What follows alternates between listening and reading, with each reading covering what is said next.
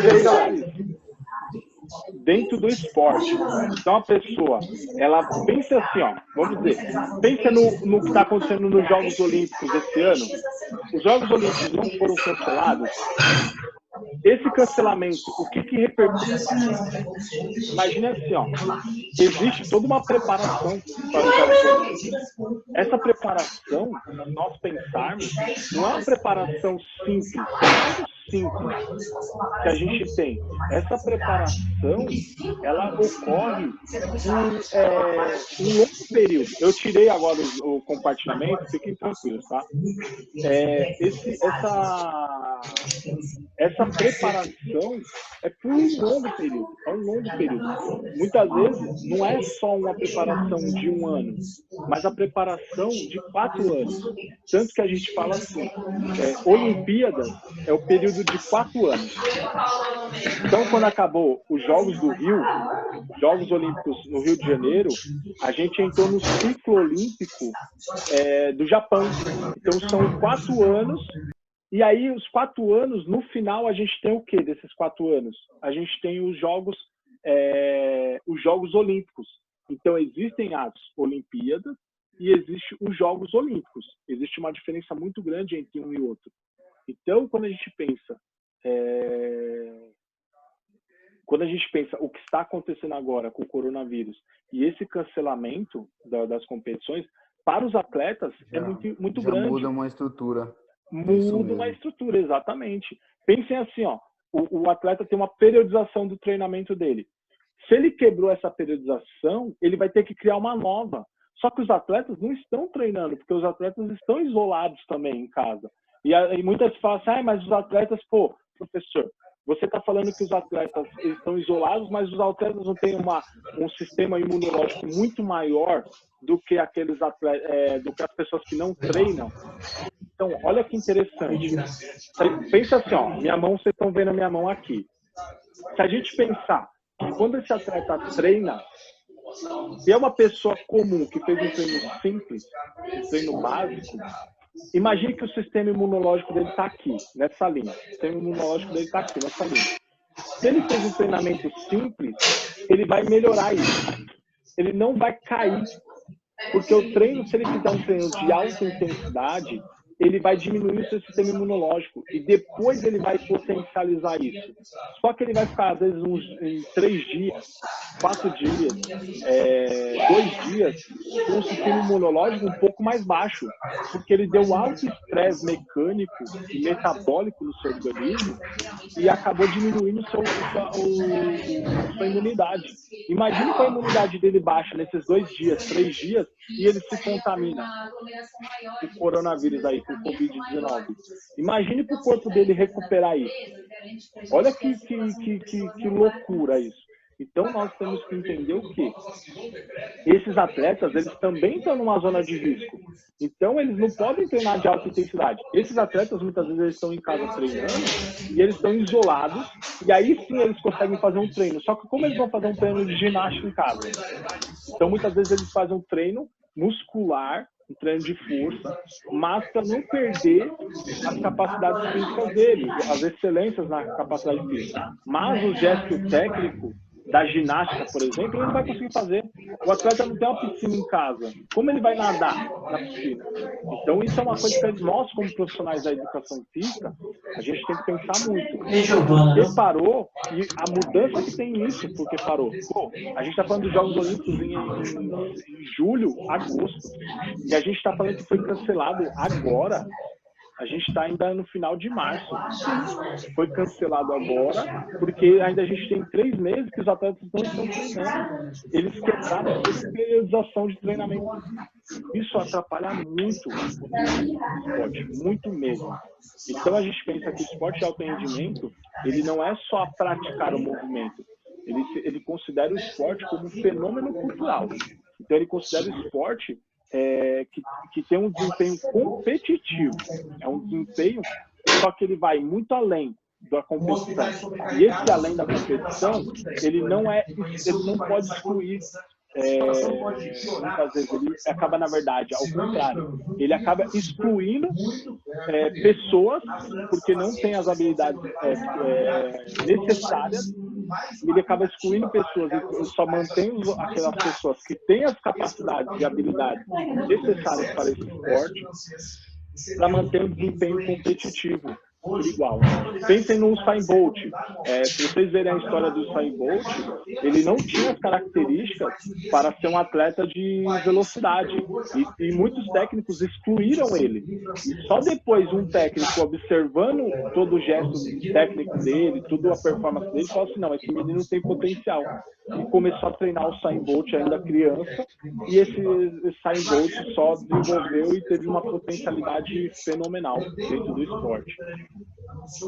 E aí a gente pensar aqui, ó, então, ó, só para terminar então esse slide, a gente tem que deve desenvolver o esporte de alto rendimento considerando o contexto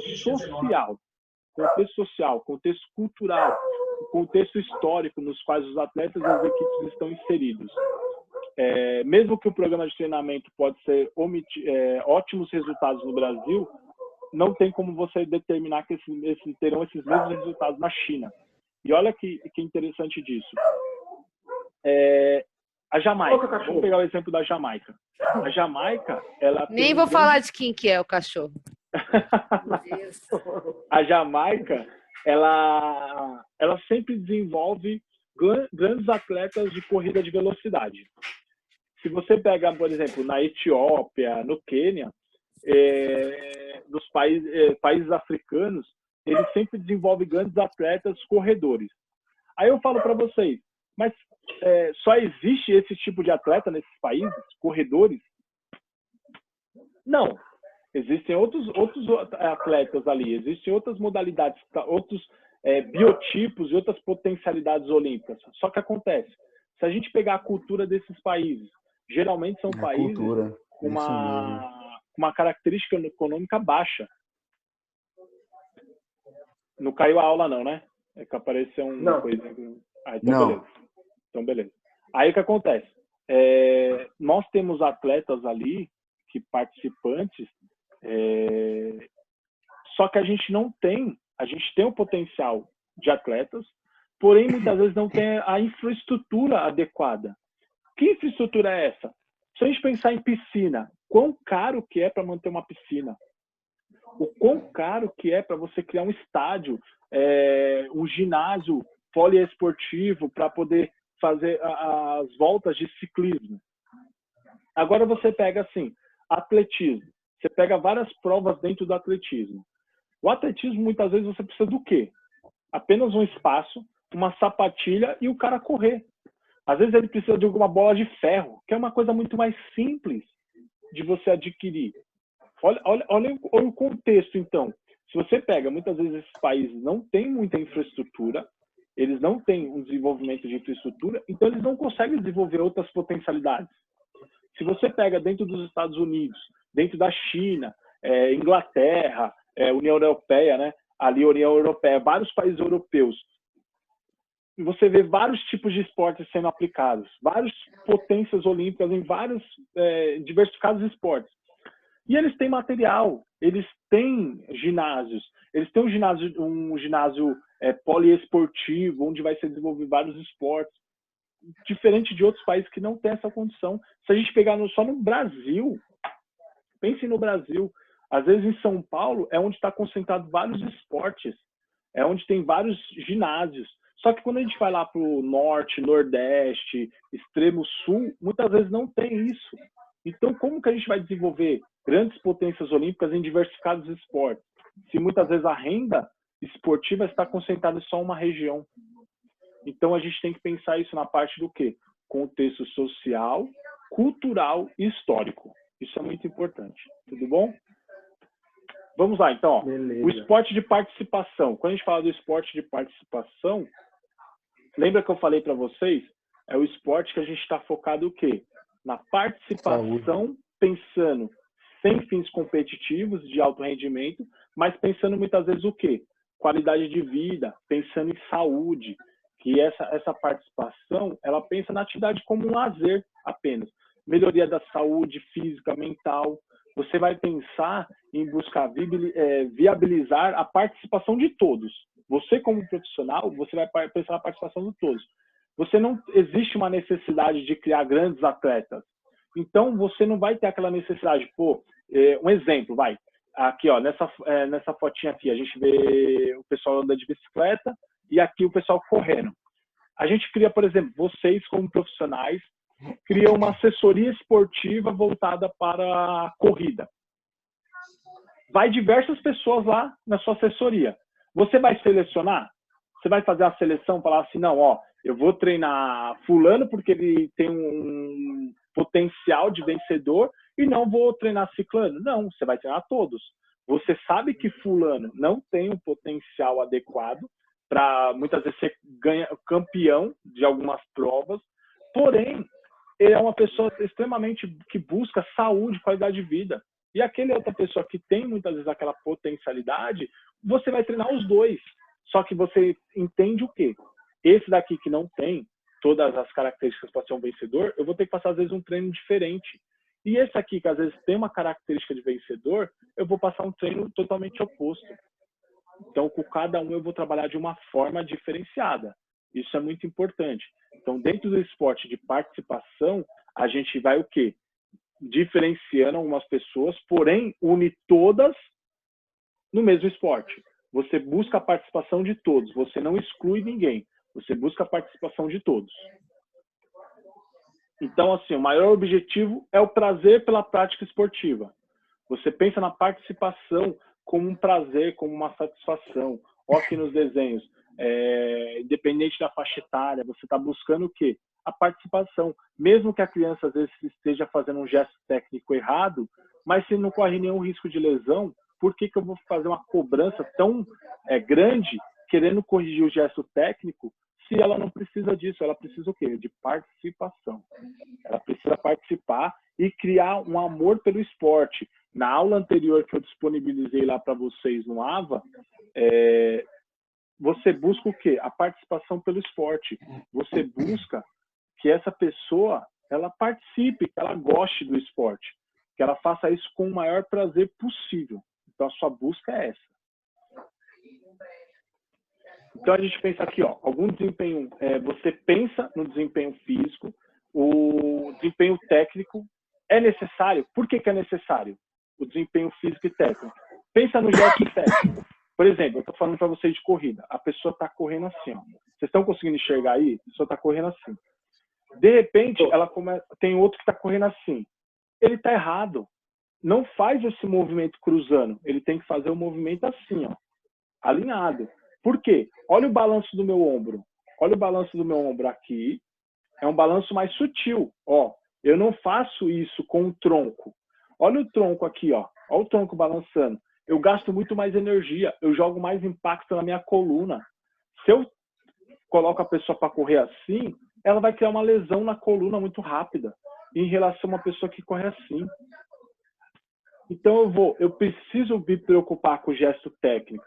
Então a parte o quê? Física. Eu preciso me preocupar com o desempenho da pisada. Eu preciso me preocupar com o desempenho desse meu corredor para que ele não crie uma lesão. E muitas vezes eu vou me preocupar também com isso para que ele tenha gastar menos energia. Porque se ele gasta menos energia, ele tem um rendimento maior. Porque a meta dele é saúde, é qualidade de vida. Porém, com esse objetivo, ele quer melhorar o desempenho dele, ele quer correr com um tempo menor, ele quer fazer aquele percurso de 10, 20, 40 quilômetros com um tempo menor. Então, você precisa viabilizar isso através do quê? Do desempenho técnico e físico. Então, isso é necessário, sim. Só que o foco não é a alto rendimento. E aí, o que acontece? Nesse esporte de participação, a gente pensa muito o quê? Na relação ensino-aprendizagem. Lembra que eu falei com vocês disso na sala de aula? Ensino-aprendizagem. Você faz a pessoa refletir quanto ao movimento que ela faz. Então, ela entende que ela tem que correr assim, sem fazer uma elevação muito grande de membros superiores. Não, é um balanço simples que ela faz, pensando em melhorar o quê? o desempenho dela, melhorar o quê? A qualidade do gesto técnico dela. E aí a gente pensa o quê? Isso reflete diretamente na atuação do profissional da educação física. Por quê? Eu não falei para vocês que a busca da participação de todos, a gente vai pensar que a pessoa não pratica apenas pelo lazer. Você não busca o alto rendimento, mas ela pratica de forma livre, sem orientação? Não, ela precisa de uma grande orientação sua. E aí a importância da participação do profissional da educação física. Porque assim, por que isso? Muita gente pensa assim, não, mas eu faço esporte de participação e eu não preciso de um professor de educação física, eu não preciso do profissional da educação física me ensinar a correr. Só que se essa pessoa correr errado, você acha que vai acontecer com ela o quê? Lesão. Ela vai ter uma lesão no joelho, lesão no tornozelo, na sola do pé, na coluna, hernia de disco. Eu já peguei muita gente com essas situações que foram para a academia fazer reabilitação. Eu tive muitos alunos assim, com lesões, com dores. Eu tive de um casal, por exemplo, que aconteceu, que eles foram para a academia porque os dois romperam uma hernia de disco na lombar. Isso numa competição internacional, que eles foram para uma competição de uma maratona de Nova York, se eu não me engano, ou era de Nova York ou era de Boston. Mas era nos Estados Unidos, e os dois lesionaram, né? Por quê? Porque eles estavam fazendo gesto motor errado, gesto técnico errado. E eram pessoas que tinham uma condição financeira muito boa, porque foram correr nos Estados Unidos, só que não queriam treinar com uma pessoa especializada. Então, o que acontece? Ficaram achando que é só correr e lesionaram. Então, por isso é importante o profissional da educação física. Porque, por mais que essa pessoa busque lazer e ela não busque o alto rendimento, ainda assim ela precisa de orientação para fazer o gesto técnico correto, para fazer todo o desempenho físico e tático de forma correta. Então, um profissional da educação física é muito importante, sim, nessas situações. E aí a gente entra no esporte educacional. Então, esporte educacional. Quando a gente está falando o quê? É utilizar o esporte como instrumento de educação. Pense o seguinte, o esporte é a ferramenta que vai fazer com que essa pessoa ela participe do esporte, porém com um viés pedagógico, um viés educacional. Então, o esporte muitas vezes é a ferramenta para ensinar. O esporte, eu uso o esporte como uma ferramenta. Eu preciso ensinar essa pessoa a saber trabalhar em sociedade, a ter um raciocínio melhor, a saber a importância dele movimentar para a sua saúde. Então, eu uso esse esporte como um viés educacional. Então, o esporte ele não tem nada de competitivo. Muitas vezes o gesto técnico, você não está preocupado. Você está preocupado em não fazer errado. Porém, você não está preocupado que ele tem que fazer um movimento certinho do arremesso. Porque não é a intenção. A intenção é que ele aprenda outras competências com o uso do esporte.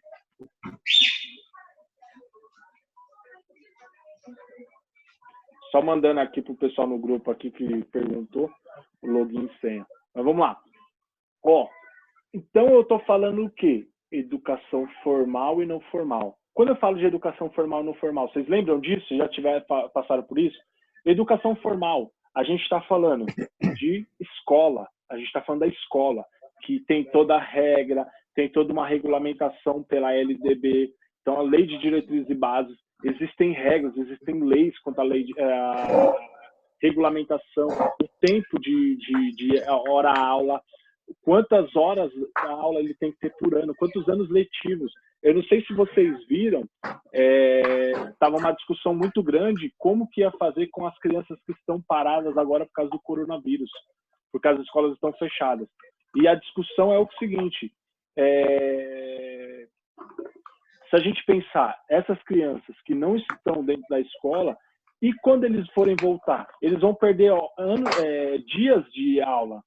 Então, está sendo discutido, e o MEC, por exemplo, liberou que ele não, esse ano, excepcionalmente, esse ano, não vai precisar cumprir os 200 dias de ano letivo. Então, no calendário, o mínimo é que esses alunos tenham 200 dias de anos letivos. Então, ou seja, 200 dias de aula. 200 dias de aula. Se você fizer, numa escola, tiver 199 dias de aula, esse aluno não é considerado que ele pode ir para o ano seguinte. Ele tem que ter pelo menos mais um dia de aula para bater esses 200 anos letivos. 200 dias letivos, né, de aula por ano. Então, o que acontece? E agora? Saiu da escola. Então, aí tem a discussão e aí o MEC, por exemplo, liberou esse ano excepcionalmente por causa dessa pandemia que a gente vem sofrendo. Então, assim, ó, educação formal, escola. E a educação não formal? É tudo que permeia o resto, vamos dizer assim. É o quê? Não existe aquela formalidade. É o esporte que essa criança pratica em casa, é a atividade física que ela faz na rua, é o esporte que ela pratica no clube, é o esporte que ela pratica com seus pais, com seus avós. Então, é toda aquela educação informal, então ela não tem uma formalidade, e é o esporte não formal também. Por quê? Ele não precisa de regras, ele não precisa de tantas regras. Ah, professor, mas está falando de um clube. Sim, no quesito educacional, o clube não está preocupado tantas vezes com a educação. Ele está mais preocupado com o quê? Em fazer o movimento, em fazer e participar do esporte. Ele está preocupado em ensinar através do esporte. Quem está preocupado em ensinar através do esporte? A escola. A escola muitas vezes tem essa preocupação maior de participação através do esporte.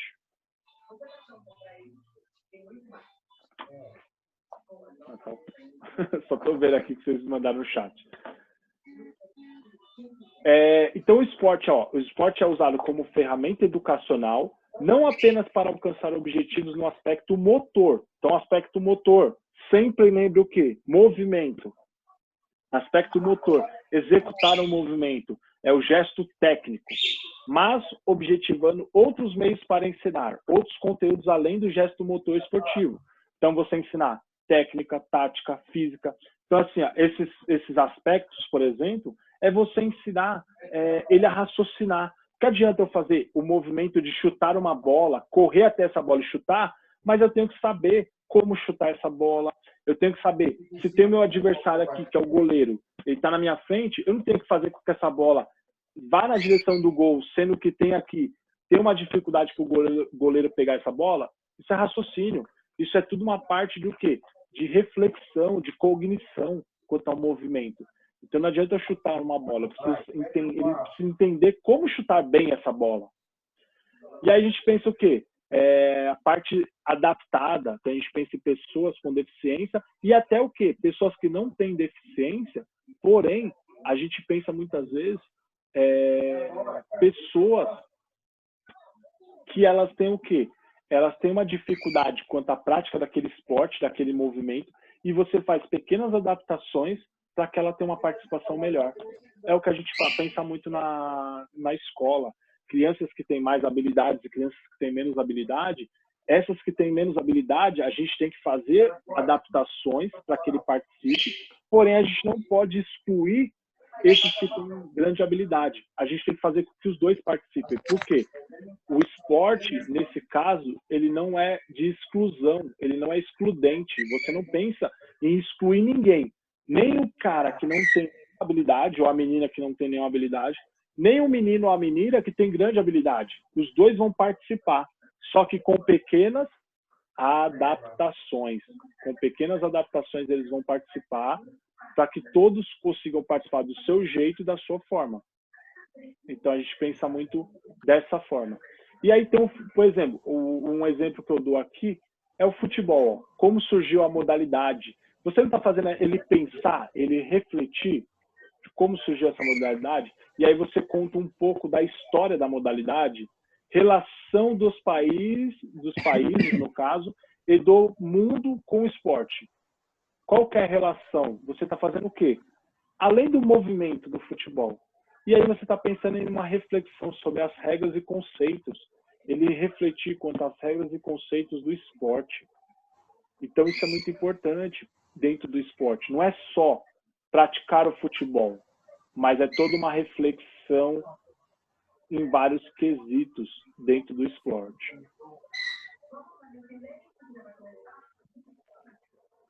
E aí a gente tem o esporte de formação, então. O esporte de formação, essa dimensão está inclusa na lei de responsabilidade fiscal do esporte. O professor está falando de lei, o que tem a ver? Pensem, já ouviram falar da Lei Pelé? A Lei Pelé, ela pensa o quê? Ela permite que um ex-atleta ele possa ser técnico, ele possa trabalhar com o esporte. Porque o que acontece? Imagina assim, um jogador de futebol. Pense para um jogador de futebol. Viveu a vida toda dele jogando futebol. Ele se aposenta do esporte. Se aposentou do esporte. Aí se aposentou do esporte com 36 anos. Essa pessoa nunca mais vai trabalhar? Claro que vai trabalhar. Ela pode trabalhar com o esporte que ela aprendeu a sua vida toda. Então, aí a Lei Pelé permite isso. E essa é uma discussão muito grande, principalmente com os profissionais da educação física, porque tem muitos técnicos, por exemplo, que não são formados em educação física. E aí, se você, que está aí fazendo o curso de educação física, precisa se formar para dar uma aula de musculação, e você treina 10 anos de musculação, você fala assim, pô, mas eu tenho que dar uma... Eu sei muito de musculação, mas você precisa se formar para dar uma aula de musculação. E assim, essa é uma discussão que a gente pode fazer de uma forma muito mais ampla até dentro da sala de aula, quando a gente voltar, ou então aqui a gente depois faz uma outro bate-papo para discutir um pouco sobre isso, que eu acho muito válido também. E aí, assim, esse esporte de formação não é só isso, essa parte de, a pessoa que treinou a vida toda, ela pode participar. Não, ela tem uma característica também, que é o seguinte, como a pessoa se dedica somente àquele esporte, àquela prática esportiva, porque ela vai depois representar o país numa competição internacional, representar a sua cidade, o seu estado em uma competição nacional, estadual, a gente pensa o seguinte, que esse atleta, ele precisa de um amparo dentro do governo. Então, o esporte de formação, ele vai formar essa pessoa para esse esporte. Então, a gente pensa o quê? Se ela vai se dedicar a vida toda para esse esporte, então a gente vai formar essa pessoa para esse esporte. Então, a gente pensa que o esporte tem termos recreativos, competitivos e de alto rendimento. Então, se a gente pensa recreativos, é de lazer, de diversão. Pensa na competição, no caso da competição, e a gente pensa no alto rendimento. A gente pensa o quê? Em sempre vencer, na vitória. E esse atleta, ele vai ter um subsídio através de uma mensalidade do governo federal. Então, o governo federal, ele subsidia, ele dá um salário para essa pessoa. Muitos atletas reclamam que é um salário muito baixo, que às vezes chega a um salário mínimo, a um salário quase tipo R$1.500 hoje, assim.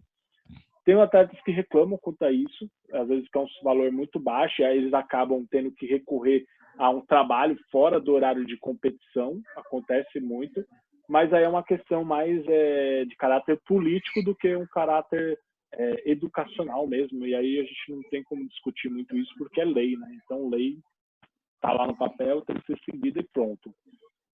E aí a gente pensa o quê?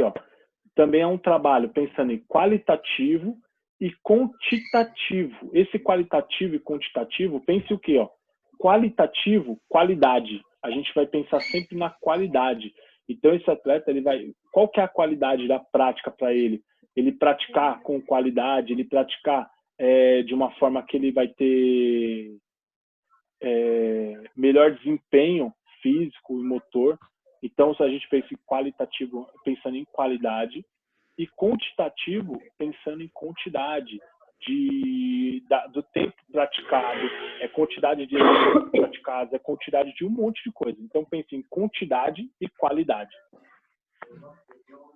E aí, quanto ao esporte de formação também, a gente pode falar que é uma dimensão muito mais abrangente, porque ele visa uma aquisição de conhecimento de recursos de gestão. Lembra que eu falei para vocês? Essa pessoa vai viver do esporte. Então, o esporte, ela tem que saber tudo do esporte. Então, ela vai saber como aquele esporte funciona. É uma gestão. Para ele, o esporte não é só a prática esportiva, mas ela vem com um caráter muito maior. Ela respira aquele esporte. Então ela vai viver daquele esporte. Então ela tem que aprender tudo daquele esporte. E a gente pensa só o seguinte, quando a gente pensa dessa indicação do esporte de formação, não, no caso não é nem formação, aqui na verdade a gente está falando de esporte educacional. Ele tem uma proposta pela Unesco, o esporte educacional. O esporte educacional ele tem o caráter do quê? Aprender a conhecer. O aprender a conhecer é o quê? São 4 aspectos quanto ao esporte educacional. No caso, seria então o que a gente estava falando anteriormente. No esporte educacional, aprender significa o quê? Aprender a conhecer. O aluno deve aprender a aprender. Pô, não faz sentido. Aprender a aprender? Sim. Como ele vai aprender aquilo? Então, você vai estimular a compreensão de aprender novas coisas, de aquisição do conhecimento. Então, você traz o quê? Pensar o quê? Observação, análise, testar para entender a mecânica do movimento. Então, essa pessoa, ela vai refletir sobre o esporte. Então, ela aprender muito além do esporte, aprender a conhecer. Sabe aquela coisa assim, ó, não sei se você já ouviu falar assim, a pessoa recebeu uma bola e ela levantou a cabeça e olhou todos os seus jogadores ao redor, tanto os seus adversários quanto os seus companheiros de equipe. E ele tem uma excelente visão de jogo. Então, essa excelente visão de jogo, a gente está falando nada mais do que... Dessa pessoa, ele entender sobre o esporte. Ele aprendeu a aprender sobre o esporte. Então, ele levantou a cabeça porque ele precisa saber o quê? Ele recebeu a bola, ele precisa saber onde tem cada pessoa posicionada, tanto companheiro como adversário, para poder fazer um jogo melhor. Então, ele aprendeu além do esporte. Não é só pegar a bola e passar, chutar, tocar. Pegar essa bola e aí ele tem um conhecimento muito maior do que ele está vivenciando ali dentro daquele jogo. Então, ele aprendeu a conhecer mais do esporte. Aprender a fazer. Então, se a gente falou assim, que essa pessoa entendeu, ela recebeu a bola, observou, e ela conhece já toda a posição, conhece todas as técnicas e táticas do jogo e as técnicas e táticas que ele pode usar. Ele precisa o que agora? Fazer. Então, se ele sabe que tem um jogador lá do outro lado e um jogador mais dele, ele tem que saber o quê? A força que ele vai aplicar para chutar a bola para esse jogador perto e esse jogador longe. Então, esse é o aprender a fazer. Ele precisa desenvolver a aplicação do conhecimento de forma prática. Ele usará aquela aprendizagem dele para transformar o mundo e a solução dos problemas. Então, ele precisa saber fazer agora aquilo. Não só fazer o movimento, mas fazer a coisa certa naquele momento. Ele refletiu quanto àquilo, ele pensou. O que ele tem que fazer? Ele precisa fazer alguma coisa, ele precisa tomar uma atitude. E ele precisa fazer isso de forma coerente. Então, ele aprendeu a fazer isso. Não é só da parte de movimento, mas é o quê? Qual a ação que ele vai tomar a partir disso? E o aprender a conviver. Esse aprender a conviver, a gente pega a palavra de convivência. Conviver, então, é um verbo falando sobre convivência. Então, a gente pensa o quê? São as relações sociais que essa pessoa tem. Por quê? No meio esportivo, por mais que seja um esporte individual, essa pessoa não tem relação com outras pessoas, ela não se relaciona com companheiros. Pensa assim, ó, musculação. A pessoa está dentro de uma academia treinando, mas ela não tem convivência com outras pessoas, por mais que é até um esporte mesmo, individual, que ela vai fazer os movimentos sozinha, muitas vezes faz sozinho, ele ainda se interage com outras pessoas, ele ainda conversa, ele ainda divide um aparelho. Então, ele precisa conviver em respeito ali. Ele tem que saber assim, eu não posso jogar o peso no chão. Por quê? Não é só quebrar o chão, não é só quebrar o peso, o aparelho, mas respeitar as outras pessoas que estão ao meu redor. Vai que cai no pé de alguém, se machuca. Então, é aprender a conviver com outras pessoas. E, por último, aprender a ser. Se a gente está falando que aprender a conviver, ele vai interagir com outras pessoas, esse aprender a ser é a interação dele mesmo, ele se conhecer.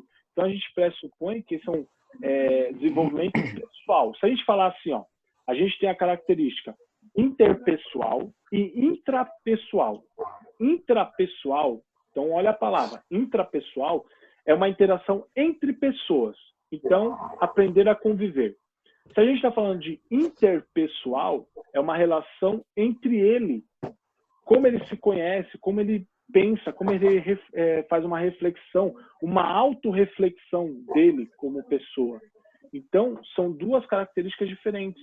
Aprender a conviver intrapessoal, porque está se relacionando com uma ou mais pessoas, e aprender a ser, ele está se relacionando com ele mesmo, o que é importante para ele, como aquilo melhorou para ele. Pensa assim, a pessoa começou a praticar musculação. Como isso foi importante para ela, ela começa a refletir quanto a isso. Melhorou a saúde, qualidade de vida, teve uma estética um pouco melhor. Ela agora ela tem um sono melhor, ela consegue dormir melhor, ela tem uma disposição para fazer as coisas de forma melhor. Aprendeu a ser uma pessoa melhor. Ela começa a relacionar, entender a melhora daquilo para ela. A prática esportiva não foi só praticar a musculação, mas tudo que trouxe de melhora para ela. Ela começou a liberar... Até a vida social também ajuda bastante também. Exato. E essa vida social, ela tanto a relação com as pessoas, como muda a relação dela. Quantas pessoas que eu já vi que foram praticar esporte por depressão, porque estava com sintomas de depressão, sintomas de ansiedade, e o médico indicou para ela a prática esportiva. E depois que essa pessoa começou a praticar um esporte coletivo, e a gente pensa assim, musculação muitas vezes é coletiva, a gente pensa hidroginástica, natação, que ela faz com outras pessoas. Essa pessoa, ela reviveu, vamos dizer assim, não existe muito bem essa palavra, né? Mas assim, o estresse também cai nessa? Não entendi. O estresse também entra nessa parte aí, não entra, aprender a ser. Aí a pessoa mais estressada. Sim, com certeza. Se a gente pegar o estresse, assim, olha os hormônios que ela vai liberar do estresse. Hormônios que vão gerar desconforto, ela vai atrapalhar no sono, ela vai atrapalhar na relação, muitas vezes, que ela tem com outras pessoas dentro de casa. Ela vai se atrapalhar na relação dela mesma, o corpo dela vai mudar por causa dos hormônios do estresse. E aí, se a gente pensar o quê? Essa pessoa começa a ter interação com outras pessoas, isso para ela é uma grande vantagem, é uma grande melhora. É um ponto de refúgio, exatamente. Exatamente. Entraria bem nisso, um ponto de refúgio. Então, para terminar então essa parte de esporte de formação, a gente pensa o quê? É fundamental que esses conteúdos estejam planejados e façam parte sistemática dos planos de aula. Então, quando a gente pensa num plano de aula, você vai fazer uma aula, você tem que pensar nos objetivos. A gente não falou aqui, nós falamos aqui que conhecer, ser, conviver e fazer são objetivos e o esporte tem que trazer. E muitas vezes, olha que interessante, a Unesco e a ONU, ela fala do esporte educacional quanto a isso. Mas eu dei exemplos para vocês muito longe do esporte educacional, muito longe da escola. Eu dei exemplos para vocês de hidroginástica, eu dei exemplos para vocês da musculação, do futebol. Então, assim, o que eu estou querendo trazer para vocês é além da escola. Essa formação, o conhecer, ser, conviver e fazer, são objetivos dentro de qualquer aula. Então, muitas vezes são coisas que eu passo dentro da musculação para ela e trazer assim, um conforto para ela praticar a musculação, que ela se sinta bem, que ela se sinta interagida com outras pessoas, muitas vezes para depois ela criar novas amizades, ela criar um novo vínculo e sociabilização com novos grupos, com novas pessoas. Então, são referências diferentes para ela naquele momento agora. Então, se ela, por exemplo, estava num estado de depressão, ansiedade, isso para ela trouxe melhora, isso trouxe positividade para ela. Então, a gente tem a saúde mental também, né, professor? Exato, saúde mental. O que é saúde mental? Muitas vezes a gente pensa assim, a pessoa foi para a musculação e ela só fez o gesto da musculação, só fez o treinamento, mas o que trouxe aquilo para ela de positivo? O que isso trouxe para ela de positivo em relação à interação com outras pessoas? Então, isso, assim, a própria saúde mental. A gente está falando que, além do fazer, além do gesto de movimento E além do que? Da própria execução na musculação. Mas é o quê? É a interação com outras pessoas. É a interação com os professores. Muitas vezes ela é uma pessoa acanhada, com vergonha, e ela não consegue ter uma relação assim de conversa com outras pessoas. Mas ela tem uma super relação de conversa com o professor. Porque o professor é simpático, a professora, ela conversa com todo mundo, ela trata aquela pessoa como se fosse um amigo dela. Então, assim, ela traz um sentido de respeito e amizade muito além para aquela pessoa. Então, a saúde mental dela para a prática esportiva, ela vai fazer com prazer aquele esporte, porque ela sente satisfação. Ela sente o quê? Liberação de hormônios do bem-estar muito grande fazendo aquele esporte. Serotonina, endorfina. Exatamente. Olha que interessante. Você falou da melatonina, por exemplo. A melatonina... Serotonina. Não, serotonina. Ah, tá. Serotonina. Isso. Eu ia falar, por exemplo, da melanina. A melatonina, ela é muito levada como hormônio do sono. Só que a melatonina, quando você tem uma liberação positiva da melatonina, ela também gera um bem-estar. Ela também gera o quê? Aumento do sistema imune. E quando que ela é liberada? Se ela é um hormônio do sono, ela é liberada durante o sono.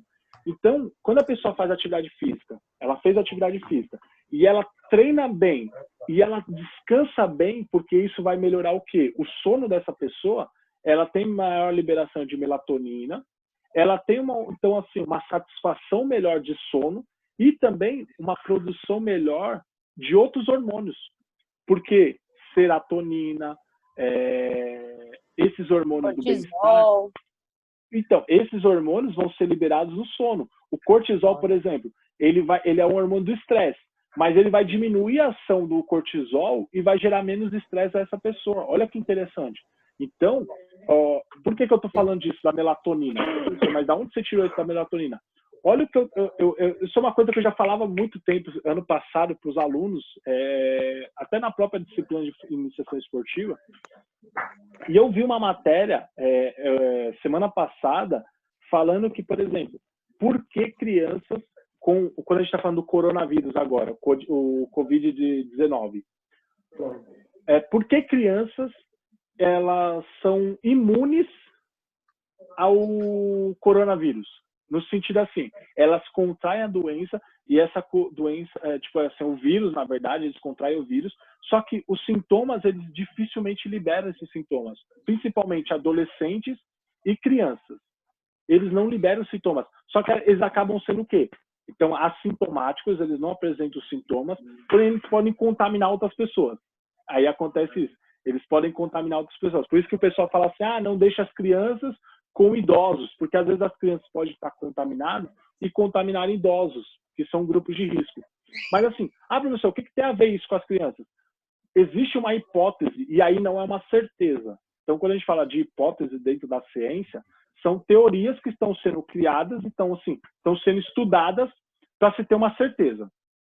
E existe uma hipótese falando que, por causa da melatonina, que essas crianças e adolescentes ele tem maior liberação de melatonina e absorção pelo seu organismo, eles criam uma imunidade muito maior, porque a melatonina ela é um hormônio também que aumenta a imunidade.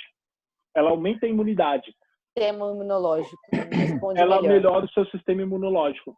Então, o fato de essas crianças terem não só a produção, mas uma absorção melhor da melatonina, porque aí você falaria assim, então, professor, não é melhor então dar a melatonina para todo mundo, de forma sintética? Não, porque ela precisa absorver isso, o seu organismo não adianta ter, ele precisa absorver, ele precisa usar isso. Então, não adianta o seu organismo não usar. Então, tem isso. Então, o que acontece? Talvez essa melatonina, por ela está muito influente dentro do sistema imunológico, porque ela ajuda na parte de auto-inflamatório. Então, assim, quando a gente tem problemas inflamatórios, ele ajuda na recuperação. Já ouviram falar, assim, pessoas que fazem, por exemplo, querem aumentar a massa muscular. Vai para musculação, quer ficar grandão, forte, a menina quer ganhar músculo. O que acontece? Ela precisa dormir bem, eles precisam dormir bem. porque eles precisam produzir bem melatonina para que eles tenham uma recuperação, porque a melatonina também, ela é o quê? Ela tem uma ajuda no processo inflamatório. Se ela ajuda no processo inflamatório, ela ajuda o quê? No seu sistema imunológico. Então, essa é a hipótese. Se adolescente e crianças têm maior produção de melatonina e absorção dessa melatonina, por isso que talvez elas sejam mais resistentes ao Covid-19. Olha que interessante. Então, assim, é uma coisa que estão estudando. Não é certeza, mas estão estudando bastante sobre isso. Então, eu acho que é válido a gente refletir um pouco quanto isso também. Daí a gente estava falando agora, né, no satisfação mental, na satisfação de participar do esporte. Então, a gente está falando muito disso. Então, só para concluir, então, essa parte aqui,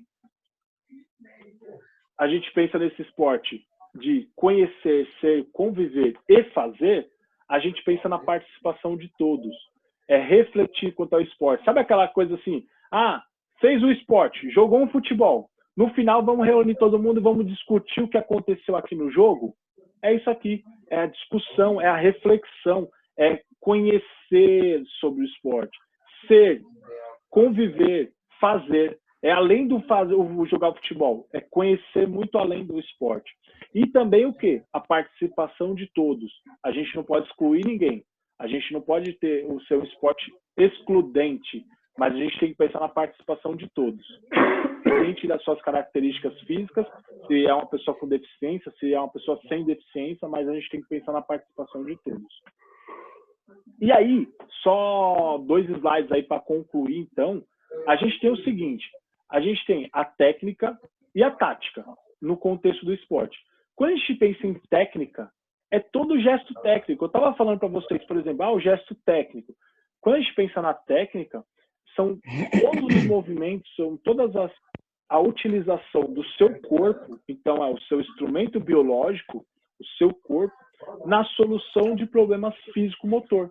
Então a gente pensa o quê? Que a técnica são noções que você tem de espaço, tempo, situação. Técnica, ela, além de ser o movimento, é fazer o movimento correto. Ó, eu peguei esses exemplozinhos aqui, coloquei aqui, ó. A pessoa está fazendo esse exercício aqui, ó, que é o afundo. Avanço, afundo. Né? Ela está fazendo esse movimento. Olha aqui, se ela faz um movimento assim, ela está errada. Se ela faz um agachamento e ela faz o agachamento com as pontas do pé, um agachamento olhando muitas vezes para frente e não deixar alinhado sua cervical, a sua lombar, ela vai criar uma lesão, ela vai criar dores. Então a gente tem que pensar no movimento técnico. Olha aqui a pessoa fazendo, por exemplo, um abdominal, fazendo a prancha, e ela faz a prancha com uma elevação muito grande do quadril ou com uma depressão muito grande do quadril, ela cria pontos de dores e pontos que ela vão gerar dor ou de forma aguda, ou no momento, ou de forma crônica. Como crônica? Então a gente fala de forma aguda e crônico, agudo é no momento. Então, assim, ela fez um exercício e ela já sente dor naquele momento. Ou pós. Ele fez o exercício e já sentiu dor no dia seguinte ou algumas horas depois de ter feito o exercício. Então, ela fez alguma coisa errada. E não são dores assim, dores musculares tardias. Não. É dores articulares. É dores, geralmente, na articulação mesmo. E crônico, quando a gente fala de crônico, é já há um longo tempo. Então, essa pessoa, ela foi sentindo algumas dorzinhas e, de repente, isso se tornou algo crônico, de que, assim, mesmo ela não fazendo mais os exercícios, ela sente muita dor. Pense assim, ó, uma pessoa que fica muito tempo digitando, ela trabalha muito tempo na frente do computador. Aí a pessoa começa a ter tendinite. Ela cria uma tendinite. A tendinite é uma doença crônica. Por quê? Não foi agora que ela teve. Isso já vem de movimentos repetitivos que ela vem fazendo e ela criou essa lesão, essa doença. Então isso é uma coisa crônica já. Não é uma coisa momentânea que aconteceu agora, mas uma coisa que já vem a um longo prazo. Então aí que a gente começa a ver que o gesto técnico é muito importante, porque as articulações, elas permitem o movimento, elas dão maior habilidades motoras, as capacidades físicas de realizar o movimento. Se a gente pensar assim, ó, eu tinha deixado no slide para vocês falando das capacidades físicas, eu gravei essa aula, depois assistam lá no portal a aula sobre as capacidades físicas. E aí eu falei para vocês das capacidades físicas, velocidade, resistência, força. E a gente está falando o quê? Também das capacidades cognitivas, em refletir sobre o movimento. Então, ó, eu ensinei para essa pessoa que a prancha, ela deve fazer desse jeito. E eu tenho que explicar para ela pensar por que ela não pode fazer desse jeito e por que ela não pode fazer desse jeito. Ah, professor, mas eu passei para ela fazer desse jeito e ela sentiu um pouquinho de dor na lombar. Porque talvez ela já tenha uma lesão na lombar. E aí você tem que pedir para ela levantar um pouquinho mais o quadril. Só que ela também fazer o quê? Não fazer um movimento que ela pode machucar a coluna cervical e torácica. Então, o pescoço e o tronco dela. Ela não pode machucar essas regiões. Então, ela faz uma elevação do quadril, porém, ela mantém essa estabilização dessas regiões. Então, você permite o quê? Uma reflexão quanto aos movimentos que ela está fazendo e você permite o quê? Ela desenvolver o necessário para aquele movimento. Então, ela precisa desenvolver força abdominal aqui. Então, ela não pode criar lesão articular em outras regiões. Um tornozelo. Que adianta eu ganhar força abdominal e criar uma lesão no tornozelo porque ela está fazendo um movimento errado. Então, eu preciso melhorar isso, eu preciso mudar isso. Então, a gente pensa no gesto técnico, é nada mais do que como fazer. Então, eu sei o movimento correto do agachamento. Como que eu vou fazer isso? Então, eu tenho que refletir do jeito que eu estender meu esquema corporal, eu visualizar muitas vezes no espelho, saber fazer as correções, eu visualizar de forma lateral, de frente para o espelho, para saber onde eu vou corrigir para fazer o movimento correto quanto ao gesto motor daquele movimento do agachamento. Por isso que tem nas academias bastante espelho, né? Já para a pessoa se corrigir, né? Exatamente, exatamente. A intenção é que a pessoa saiba se corrigir e não ficar somente olhando no espelho visualizando o seu corpo. De uma forma... Vai estar maromba. A gente tem que pensar o quê? É legal visualizar? É sim, mas você tem que saber visualizar. Eu não tinha pensado nesse sentido. Então, a gente pensa muito no espelho como uma forma de estética. Exato. E não é estética, é você corrigir seu movimento. Então a gente assim, ó, eu tô de frente pro espelho. Espelho na academia nunca foi estética. Não, nunca foi Nunca estética. Nenhum professor em 30 anos da minha vida falou que não era para estética. Eu falei, nunca hein? falou. Olha no espelho e vê se tá fazendo certo. Mentira, ninguém nunca falou Eu isso. fui o primeiro. Nunca ninguém falou isso? Fui o primeiro. Não, pra mim não. Vou na Smart Fit, na Smart Fit, ninguém fala nada disso. Mas por exemplo, ó, eu tô fazendo agachamento de frente pro espelho. E eu fazer um agachamento de lado. É diferente a minha visualização do movimento. Então, muitas vezes o professor fala assim para o aluno, faz o agachamento de frente para o espelho. Só que será que esse aluno vai ter uma visão boa para corrigir? Olha os desenhos que eu coloquei aqui para vocês. Os desenhos que eu coloquei não são todos laterais? Então, muitas vezes você tem que falar para o aluno, ó, faz um movimento de frente, agora faz um movimento de lado. Olha no espelho, vê se está certo. Por quê? Você mostra muitas vezes o movimento para o aluno de lado. Você fica do lado do aluno e mostra o movimento. Aí ele tem a visualização, você de lado. E aí você pede para ele fazer de frente para o espelho. Ele não vai saber se ele está fazendo o movimento certo ou não. Agora fala para ele fazer o movimento de lado. Ele vai corrigir. Meu quadril está muito à frente, meu quadril está muito para trás. Meu joelho está muito à frente, meu joelho está muito atrás. Então você tem o quê? Por isso que a pessoa faz o exercício, professor, na hora do agachamento mesmo, ela na hora de ela abaixar, né, fazer um movimento de descida, às vezes ela faz um movimento que é um movimento curto. Às vezes ela não tem nem noção do que ela está fazendo, entendeu? Sim. Às vezes para ela está fazendo um movimento completo, mas o movimento dela tem focado. Ela ainda não tem uma consciência corporal de entender o que ela está fazendo como movimento. Ela está aprendendo o movimento. E aí, o fato de ela olhar no espelho de vários ângulos, isso vai permitir o quê? Maior visualização quanto às posições que ela está fazendo, se ela está errando ou está acertando. Então, isso é importante. É você ensinar para o seu aluno a visualizar no espelho de vários ângulos. Não ficar só de frente para o espelho. Ficar de lado para o espelho. Professor, geralmente o pessoal coloca mais pessoal para fazer no Smith. Já inicia colocando no Smith ao invés de falar para a pessoa fazer sem peso, iniciar sem nada, só para a pessoa visualizar o movimento. Mas aí é outro tipo de aula, né? Assim, vou te dizer, porque coloca no Smith porque é mais fácil para ela, como ela está iniciando. Então, ela não tem o controle do movimento, ela vai estar com mais dificuldade em fazer o exercício, entendeu? Por isso, ele pede para fazer no Smith. Porque senão eu colocaria realmente no exercício livre. E é muito melhor também. É isso mesmo.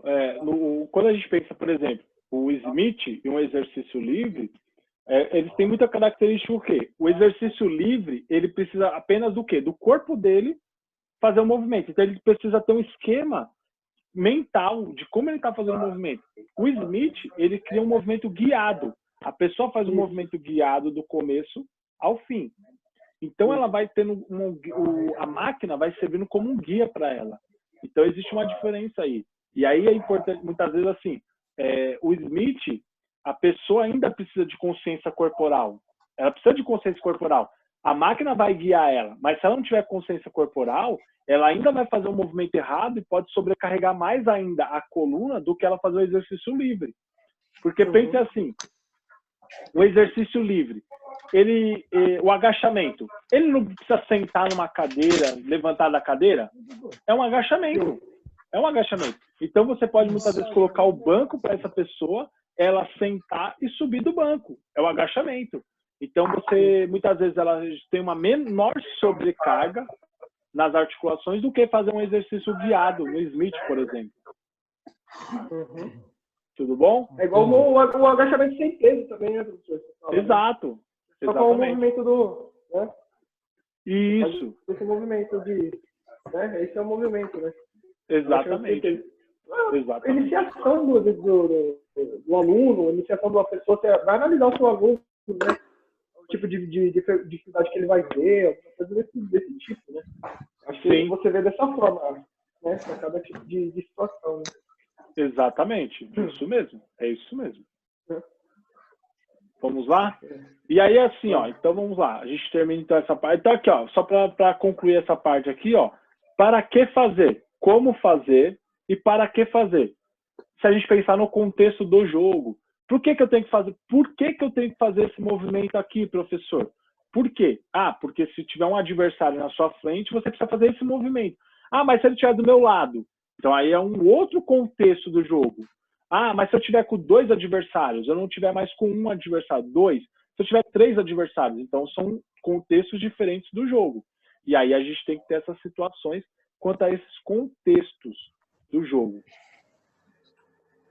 E aí a gente vai para a parte de tática.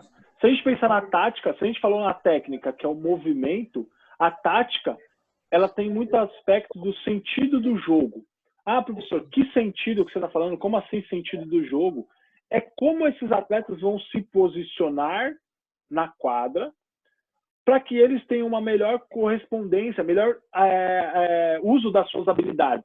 Se eu tenho um jogador que ele tem uma grande habilidade na corrida, ele consegue correr muito bem e armar novas jogadas, qual posição que eu tenho que colocar ele no campo?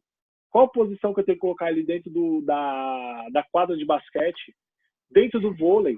Então, eu tenho que pensar o quê? A tática é o posicionamento desses jogadores e o quão importante é eles respeitarem essas posições e o quão importante é, muitas vezes, ele ter grandes habilidades dentro dessa posição como jogador.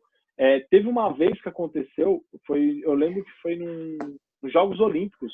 Se eu não me engano, foi até no Brasil isso. Eu não vou lembrar, eu não vou ter certeza agora se foi no Brasil ou se foi 4 anos antes, que foi em Londres, nos Jogos Olímpicos de Londres de 2012, ou se foi nos Jogos do Rio de Janeiro de 2016. Eu lembro que o Brasil era a final do jogo masculino, de vôlei masculino, e o Brasil ele estava na frente. Ele tinha ganhado o primeiro set. E eu lembro que era a equipe da Rússia que o Brasil estava enfrentando.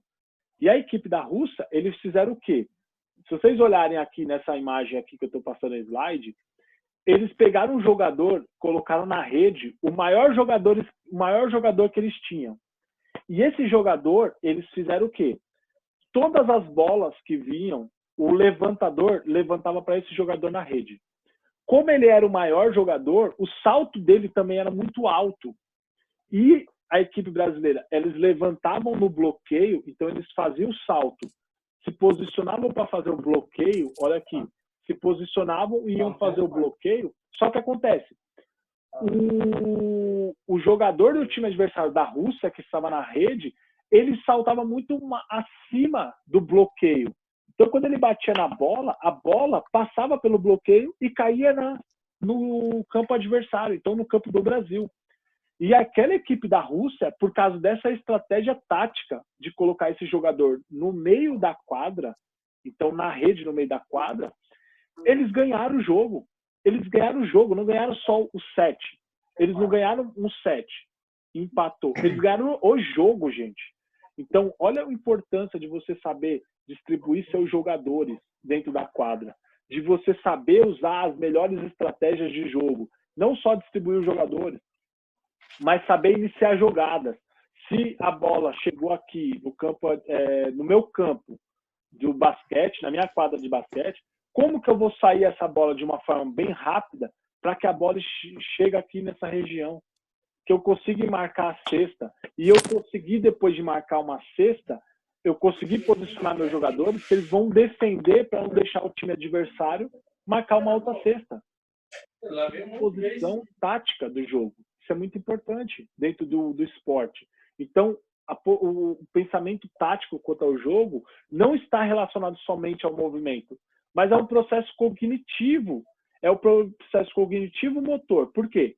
É o como eu vou fazer o movimento, só que eu tenho que refletir quanto a isso. Então, não é só fazer o movimento. Eu tenho que refletir quanto ao movimento. Eu tenho que refletir. Esse meu jogador ele tem que saber pegar a bola e fazer o passe, o melhor passe possível, para a bola chegar no outro campo, no campo adversário, para a gente marcar o ponto, por exemplo, no basquete. Então, é um processo cognitivo-motor. É não só realizar o movimento, mas um movimento pensado, que existe uma reflexão. Ele deve estimular a criatividade. Por que a criatividade? Porque esse aluno não pode ficar engessado sempre num movimento. Ah, não, peguei a bola, sempre vou jogar para o meu lado direito. Só que acontece, o adversário vai deixar na primeira, na segunda, na terceira ele já vai começar a marcar o lado direito, porque ele vai falar, pô, esse cara sempre joga a bola para o lado direito. Se eu sou um jogador de futebol e sempre eu pego a bola no meu pé e jogo para o pé direito para cortar e chutar para o gol, no primeiro chute, vai. No segundo, terceiro, o jogador não vai deixar mais, porque ele vai falar, não, ele sempre puxa com a perna direita e chuta a bola para o gol. Então, ele deve ser criativo, ele deve estimular a criatividade para ele fazer outros movimentos, além daquele movimento engessado, de sempre jogar a bola para a mesma perna, para o mesmo lado. Então, deve estimular a criatividade. E ele deve ter uma grande capacidade de resolução de problemas. Resolução de problemas. Pô, se essa é a minha equipe aqui, eu estou com um problema porque esse jogador lesionou e agora tem um outro jogador na posição dele. Eu vou jogar da mesma forma? Não. A gente tem que dar uma nova solução, um novo problema. Então, é a capacidade de resolver problemas. Se eu descobrir que eu tenho um adversário no vôlei sentado que joga muito bem, levanta muito bem a bola para os demais jogadores, eu tenho que fazer uma nova estratégia de jogo. Eu tenho que resolver um novo problema. Porque eu não tinha esse problema como solução. Porque é um problema que veio de uma situação de jogo. Então, ele deve ter essa capacidade de observar mudanças dentro do jogo e saber resolver esses problemas de forma coerente, criativa e de forma precisa para poder vencer o jogo, para poder ser campeão. E ele deve desenvolver grandes relações humanas. Por que desenvolver grandes relações humanas? Pensem aqui, ó, esse jogador aqui, ó, do vôlei. Ele é o levantador. Ele vai levantar a bola para os outros jogadores fazer a cortada e jogar a bola no campo adversário. Então pensa aqui, ó, esse jogador do vôlei sentado, ele vai levantar a bola para esse jogador ou esse jogador derrubar a bola no campo adversário. Se esse jogador aqui, por exemplo, ele está de birra com esse jogador, ele não gosta desse jogador. Por quê? Ah, sei lá. Eles brigaram por causa de uma espinha no rosto. Acabou.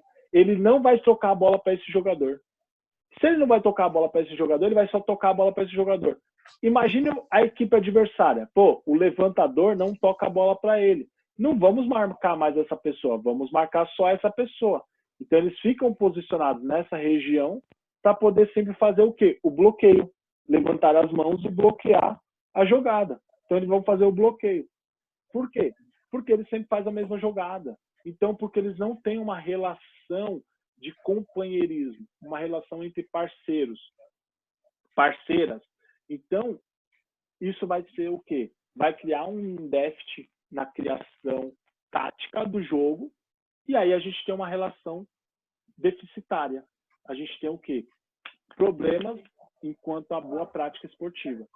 E o ensino tradicional da tática tem sido pautado na reprodução de modelos rígidos. E isso é uma questão que nós como profissionais devemos refletir muito. Esses modelos rígidos falam assim, ó, é sempre essa posição e pronto. E isso há 20 anos se trabalha assim. Você vai querer mudar? Só que se há 20 anos trabalha assim, a outra equipe também há 20 anos trabalha dessa mesma forma. Então, isso vai trazer o que de melhora para dentro do esporte? Porque se todo mundo trabalha igual, eu sei o que o outro adversário vai fazer. Porque eu também faço isso. Então, a gente tem que criar novas estratégias de jogo, estratégias táticas, para fugir um pouco dessa coisa rígida, da execução padrão dos movimentos e ir muito mais além na parte técnica e tática.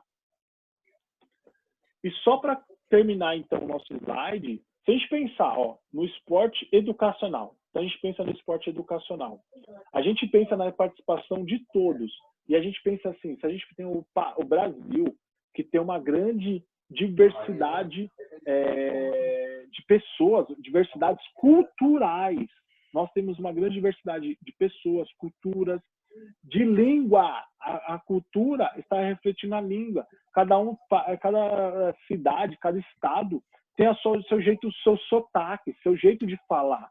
Dialeto. Uma diversidade muito grande cultural.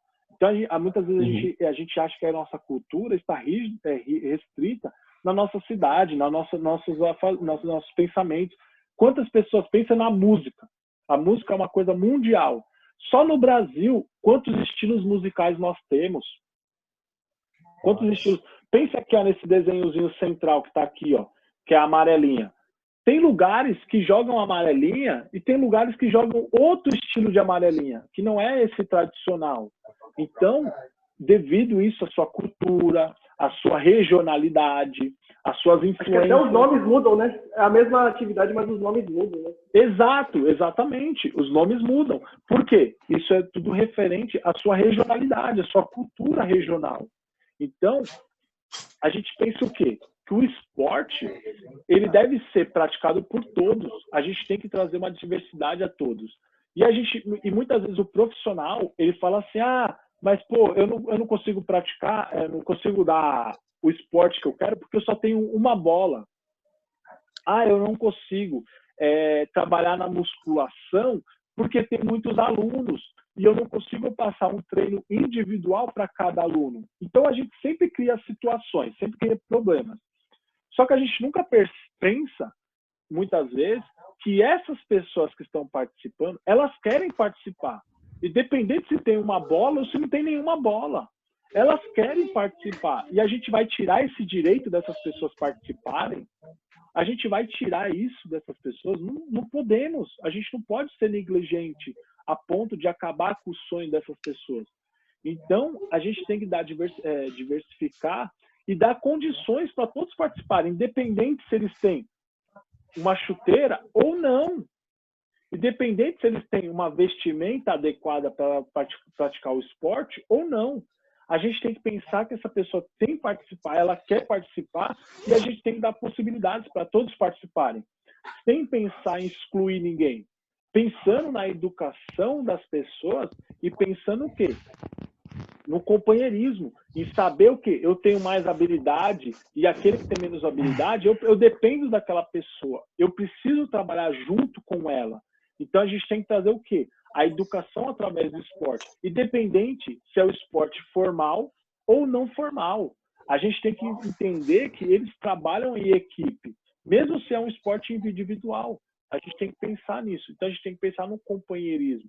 E a gente tem que pensar que muitas pessoas têm dificuldades porque tem uma deficiência ou não, e a gente apenas tem que fazer o quê? Adaptar. A gente tem que pensar o quê? Essa pessoa não consegue fazer isso, mas ela consegue fazer aquilo, isso, outra coisa ela consegue fazer? Pô, então vou ensinar ela dessa forma, para que um dia ela consiga fazer isso. Talvez se eu melhorar isso aqui que ela tem, ela consiga melhorar isso aqui. Então eu vou trazer adaptações. Jogos adaptativos, né? Adaptativo, é o esporte adaptativo. Eu tenho que pensar o quê? Em trazer adaptações para todos, independente se tem deficiência, se não tem, se ele sabe fazer o esporte, se ele não sabe. Eu tenho que trazer o quê? Participação de todos. Tentar enriquecer as minhas aulas trazendo a participação de todos. E aí a gente pensa o quê no final? Que o esporte educacional, o princípio do esporte educacional, ele não pode excluir ninguém. Ele pensa em incluir todos. Você tem a inclusão de todos. Você tem a construção coletiva.